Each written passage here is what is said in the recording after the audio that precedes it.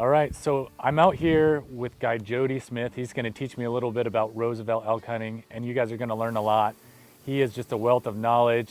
Just riding in the truck with him for half a day up here on his on the ranch, I've learned so much. I mean, I think we saw 17 to 20 bulls in the first 5 hours of being up here. We spent about 5 hours on the ranch, and we went over. I picked his brain about everything from Roosevelt elk hunting to bugling to calling to placement of your shots, tips that you can do as a novice bow hunter.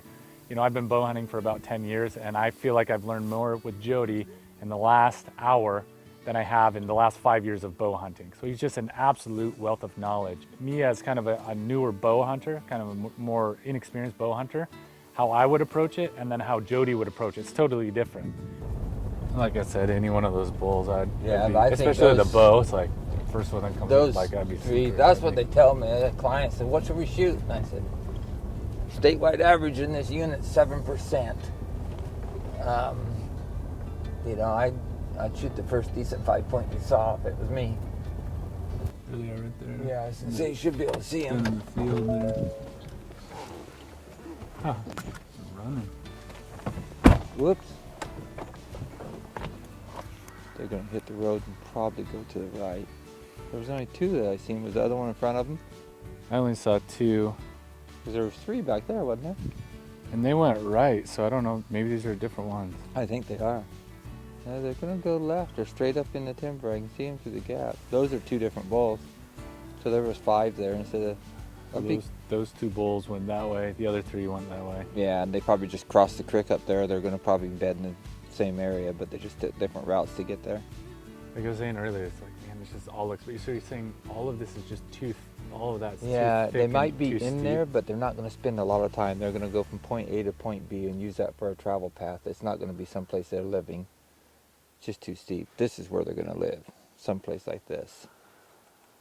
That's where they're gonna be at during the day. Less dense, less steep. Yeah.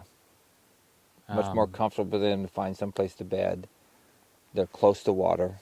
They're closer to the feeding areas that they're going to go to. If they're feeding in this unit or in the field, either one, it's a short walk. You can't see them from any place. I mean, it's amazing. They went right toward that sound. Yeah, it does look like they just went straight. Yeah, straight up in there. They'll be in there 200 yards. And there you don't have to worry about benches because it's kind of like... It's all rolling, yeah. And you can see 100 yards once you get inside of that. It's not bad at all. So if it was hunting season and we saw, let's say it was just one bull, which is you're probably not going to see them buck together, but you saw one bull, you saw that bull kind of going there, and you figured, all right, he's going up, he's somewhere in that patch there between us and the logger. And you're like, all right, well, I'm going to make a play on that. You drive down there, walk up. Yeah, I'd park way down at the bottom, test the wind. If it's starting to blow up any, we'd go up the ridgeline, go up above them, and come down on top. If it's still blowing straight up the draw, I might chance it and try to walk all the way up the road and come in from the bottom. Yeah.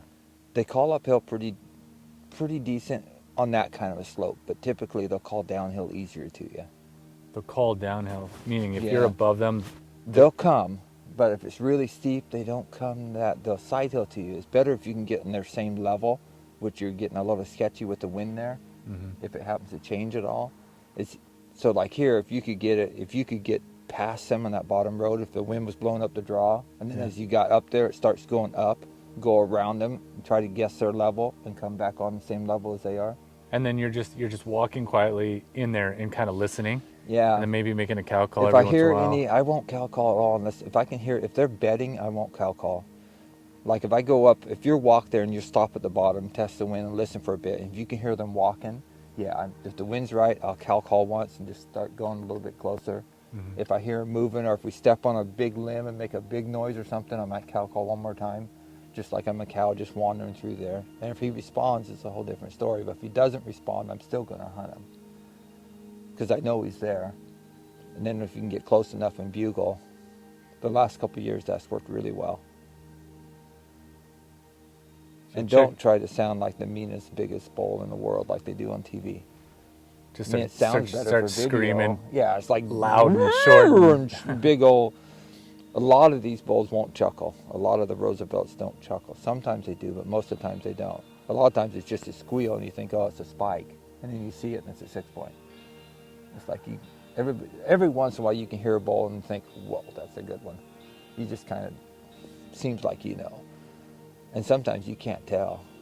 They knew we were watching them or something because they just went right up where those trees where you can't see. The only part you can't see, they just went Yeah, right but up it's the in there. time of day, even if we weren't here, they would be heading toward the bedding area now.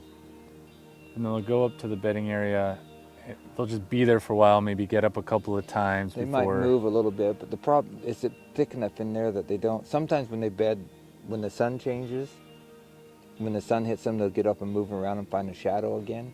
But in that, they can just stay there all day long.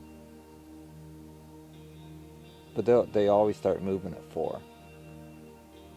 You watch moo cows in the field and everything at 4 o'clock. They're always, if they're bedded down for 5 hours, at 4 o'clock almost religiously, they get up and start moving. That's the same with elk. I'll watch them bedded someplace and sit there and watch them at 4 o'clock or give or take a little bit. It's kind of the magic time. It seems like they always start getting restless and start moving. Not to go down and feed, but just like they're tired of being like Yeah, sitting they'll on their just knees. move around and maybe go a couple hundred yards and bed back down for 15 minutes and get up and move again. And then I think a lot of people, what they think is they're gonna come up here, this is open, and you're just gonna let out a bugle, and then you're gonna hear one over there, and then make a stalk on them. You know, that's kind of maybe when I first started bow hunting, that's what I thought, maybe naively, you know, that I'm just gonna hear location, location, location, and at first I thought, of course, I'm gonna call them in, and then I realized that Yeah. wasn't gonna happen, and then I realized like, okay, well I got to go after them. And then you always hear the location, and then you go over there, and then you bugle again, and then nothing. yeah, That happens to me all the time. And Yeah. it took me a long time to kind of figure out that it's not that easy, you know. it's not that easy.